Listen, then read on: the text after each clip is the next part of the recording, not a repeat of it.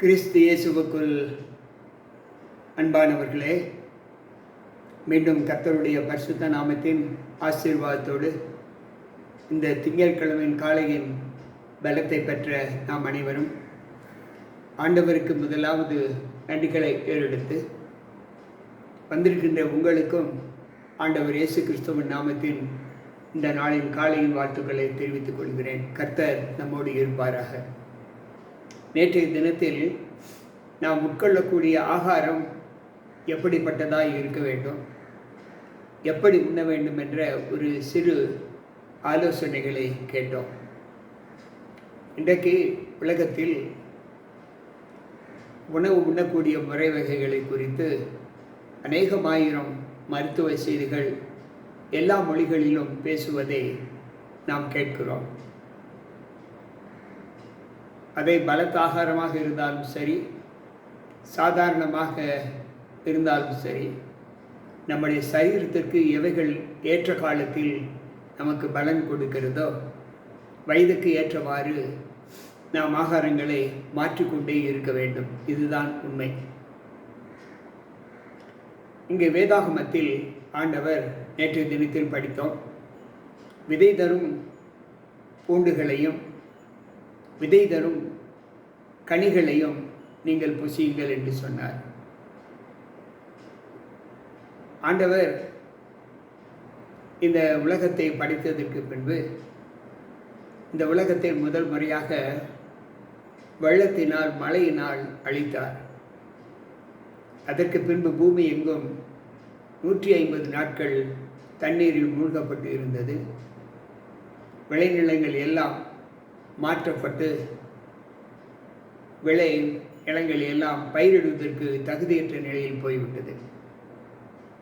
அப்பொழுது ஆண்டவர் மழையை நிறுத்தி அப்பொழுது வாழ்கின்ற மக்களுக்கு ஆகாரம் கொடுக்க வேண்டும் என்று நினைத்து, ஏனென்றால் பயிரிடுவதற்கு பூமி தகுதியற்ற நிலையில் இருந்தது.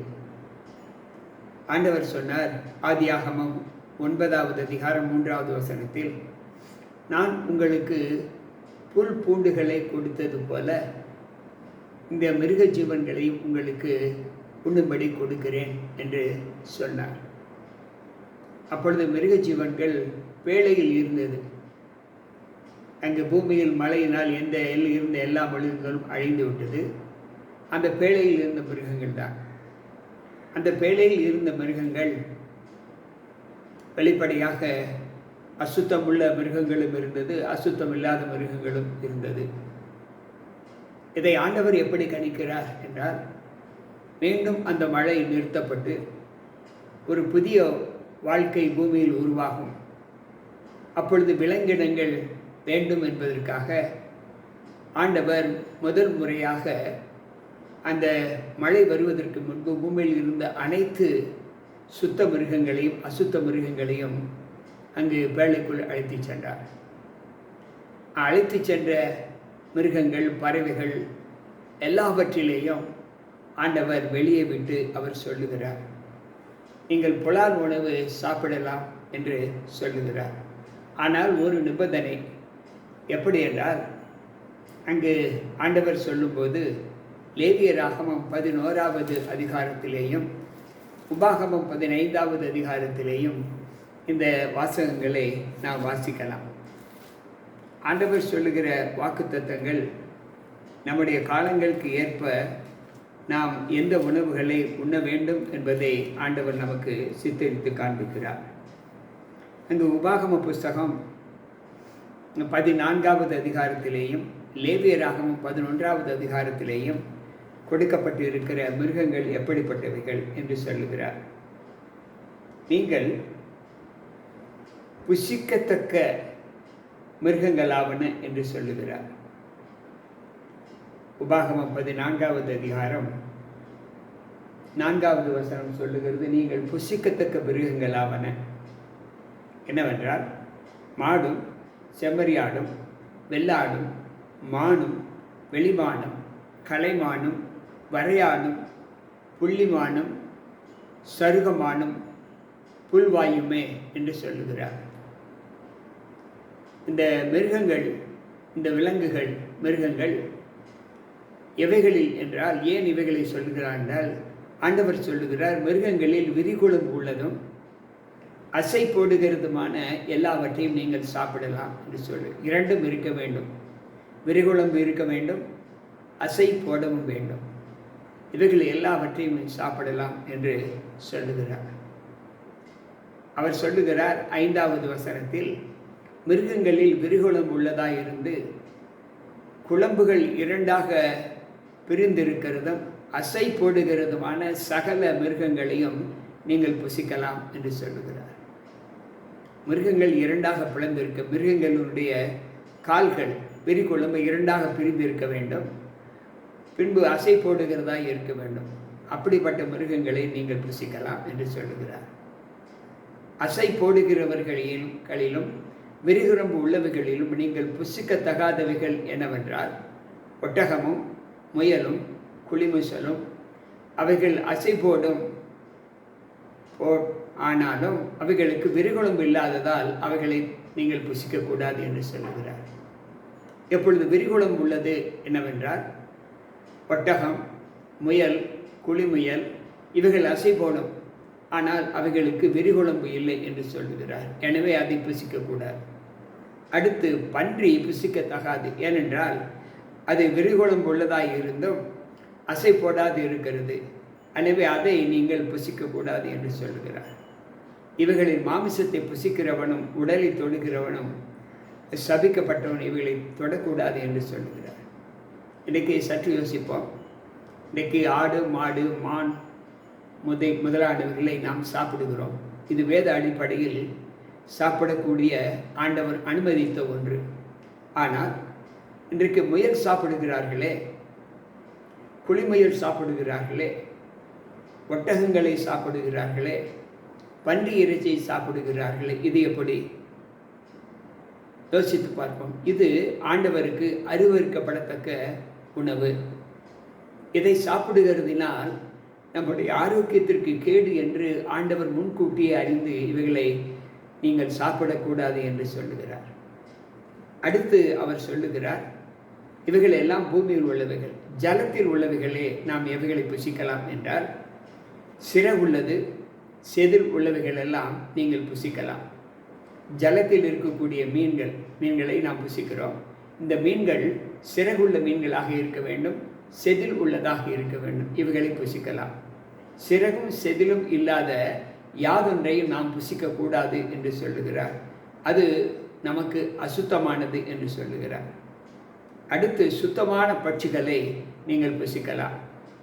உதாரணமாக புறா, காடை, கவுதாரி இவைகளை புசிக்கலாம்.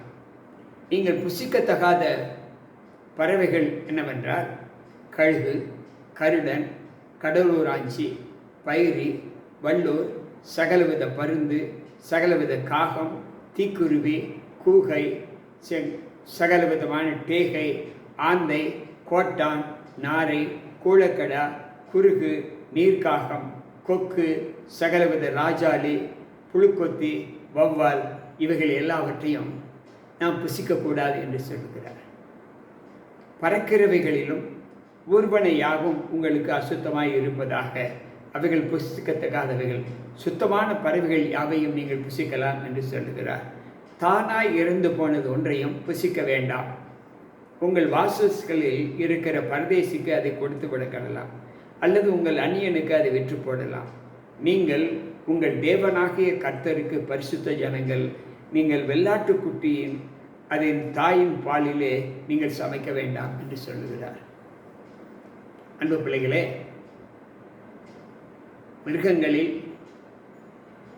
பறக்கிற பறவைகளில், தண்ணீருக்குள் இருக்கிறவைகளில் நாம் எந்த இவைகளை புசிக்க வேண்டும் என்று ஆண்டவர் சொல்லுகிறார், இவைகளை புசிக்கக்கூடாது என்று ஆண்டவர் சொல்லுகிறார். இன்றைக்கு மனுமக்கள், உலக மக்கள் ஆண்டவர் புசிக்கக்கூடாது என்று சொன்ன முயல் கறி, ஒட்டகக்கறி, குளிமுயல் கறி, பன்றி இறைச்சி இவைகளை எல்லாம் சாப்பிடுகிறார்கள். எலி இவைகளை சாப்பிடுகிறார்கள். அன்பு பிள்ளைகள், இன்னும் விசித்திரமான உணவுகளை எல்லாம் உலக மக்கள் சாப்பிடுவதை நாம் பார்க்கிறோம். பாம்பு இறைச்சி, நாய் இறைச்சி கூட சில நாடுகளில் போடுவதாக நான் யூடியூப்பில் பார்த்திருக்கிறேன்.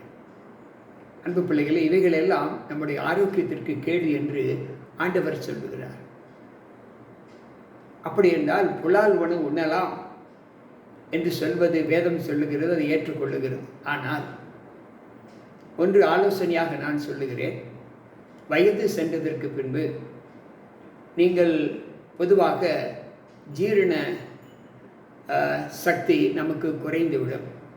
ஏனென்றால் போதிய உடற்பயிற்சி, இயலாமை இவைகள் எல்லாம் இல்லாத போது நமக்கு ஜீரண உறுப்புகள் சரிவர வேலை செய்யாது. எனவே அதிக பருமனான கொழுப்புள்ள ஆகாரங்கள் நாம் உண்ணுவதை நிறுத்திவிட்டு ஏதோ எப்பொழுதோ நாம் சமயம் வாய்க்கும் போது ஒரு துண்டு 2 துண்டு சாப்பிடலாம். மற்றபடி சாப்பிடக்கூடாது என்று ஆண்டவர் சொல்லவில்லை. சாப்பிடக்கூடாது என்று சொன்னது அது என்னவென்றால், அதை நாம் படித்தோம். விரிகுழம்பு இல்லாதது, அசை போடாதது இவைகளை நாம் சாப்பிடக்கூடாது. செதில் இல்லாதது, சிறகு இல்லாதது இவைகளை சாப்பிடக்கூடாது. பறவைகளில் அசுத்தமானது ஒன்றையும் நாம் சாப்பிடக்கூடாது. அன்பு பிள்ளைகளை, இன்றைக்கு நம்முடைய வாழ்க்கையில் ஆண்டவர் சொல்கிறார், இரத்தத்தையும் நாம் உண்ணக்கூடாது. ஏனென்றால் மாமிசத்தின் உயிர் இரத்தத்தில் இருக்கிறது. எனவே இரத்தம் ஒருவனுக்கு உயிரை கொடுப்பதால் அதை நாம் புசிக்கக்கூடாது என்று ஆண்டவர் சொல்லுகிறார். கேட்டுக்கொண்டிருக்கிற அன்பான தேவ பிள்ளைகளே, இன்றைக்கு இது நமக்கு ஆண்டவர் கொடுத்த திட்டமான உணவு. புலால் உணவு உண்ணலாம். ஆனால் அது எப்படிப்பட்ட புலால் உணவை, மாமிச உணவை உண்ண வேண்டும் என்று ஆண்டவர் கற்றுக் கொடுத்திருக்கிறார். அடுத்து நாளைய தினத்தில் நாம் புலால் உணவை உண்ணுவதனால் நமக்கு என்ன நன்மைகள், என்ன தீமைகள் என்பதை நாம் படிப்போம். இப்பொழுது கற்ற இந்த வாசகத்தின்படி நம்முடைய ஜீவிதத்திலே நாம் உண்ணுகின்ற உணவு பழக்கங்கள் எப்படிப்பட்டதாக இருக்க வேண்டும் என்பதை கற்றுக்கொண்டோம். அதன்படி ஒருவேளை இந்த கருத்துக்களுக்கு விரோதமாக நாம் உண்டால் அதை மாற்றிக்கொள்வதற்கு ஆண்டவர் இந்த தருணத்தை நமக்கு கொடுத்திருக்கிறார். அதன்படி செய்வதற்கு அப்படிப்பட்ட பழக்கத்தில் உள்ளவர்கள் ஜெபித்து ஆண்டவருடைய சமூகத்தில் அந்த தவற்றை நிறுத்திவிட உங்களை அன்போடு அழைக்கிறேன். பாருங்கள், ஜெபிப்போம். அன்புள்ள ஆண்டவரே, இன்றைக்கு உங்களுடைய வார்த்தைகளை கேட்ட எங்களுக்குள் இந்த புலால் உணவு, மாமிச உணவு எவைகளை உண்ண வேண்டும், எவைகளை உண்ணக்கூடாது என்பதை நாங்கள் கற்றுக்கொண்டோம். ஒருவேளை உண்ணக்கூடாது என்று சொன்ன அந்த மாமிசத்தின் உண்ணக்கூடிய பழக்கம் எங்களுக்குள் இருக்கும் என்றால் அதை மாற்றி எங்களை மன்னித்து நாங்கள் ஒரு புது ஆண்டவரே பிறப்பின் அனுபவத்தோடு அவைகளை களைந்து நீர் சொன்ன அந்த உணவுகளை எங்களுடைய சரீரம் ஏற்றுக்கொள்ளும் என்றால் அவைகளை நாங்கள் உட்கொள்ள எங்களை ஆசீர்வதித்து பலப்படுத்தும். மீட்பர் இயேசு கிறிஸ்துவின் நாமத்தில் ஜெபிக்கிறேன் நல்ல பிதாவே, ஆமென். அன்பு பிள்ளைகளே, மீண்டும் நாளைக்கு சந்திப்போம். உங்கள் போதகர் ஜி.கே. ராபர்ட். கர்த்தர் நம் அனைவரோடு கூட இருப்பாராக. ஆமென்.